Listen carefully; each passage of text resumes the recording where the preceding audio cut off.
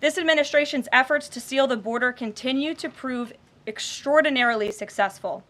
In President Trump's first month back in office alone, illegal border crossings hit lows not seen in decades, down 94% over the past year, while interior arrests are up 134%.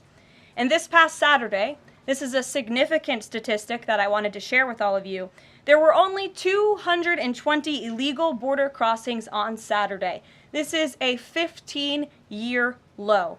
Think about that in comparison to the amount of illegal border crossings we saw under the previous administration. Fox recently reported that a San Diego migrant shelter is closing its doors after saying they have not received new asylum-seeking families or individuals since January 20th. We all know what happened on January 20th, don't we? And yesterday, New York City Mayor Eric Adams announced that the massive Roosevelt Hotel migrant shelter in Manhattan will shut down in the next few months. We're also seeing a reverse migration effect. There are now verified reports from the Associated Press of migrants abandoning their journey to the United States and heading back home. This is the first time the Border Patrol has received these reports since 2020, during President Trump's first term. The returning migrants claimed in interviews that the new heavy security posture adopted by the Trump administration was a significant reason for their decision to return to the countries of their origin. Overall, the American people continue to overwhelmingly give President Trump very positive remarks. Nearly every one of President Trump's policy initiatives are receiving strong majority support, and I have noted that in every briefing since Inauguration Day. 81% of Americans support deporting illegal migrant criminals from our nation's interior.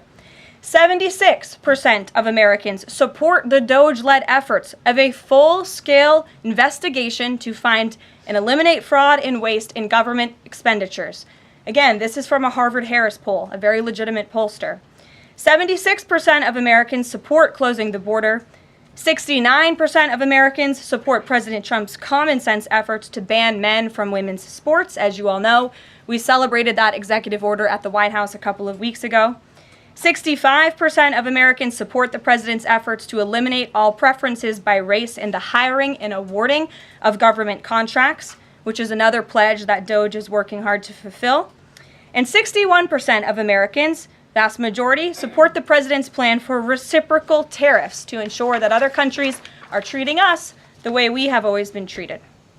Despite what many Democrats and media members want you to believe, the Trump agenda is not only necessary, but it is overwhelmingly popular.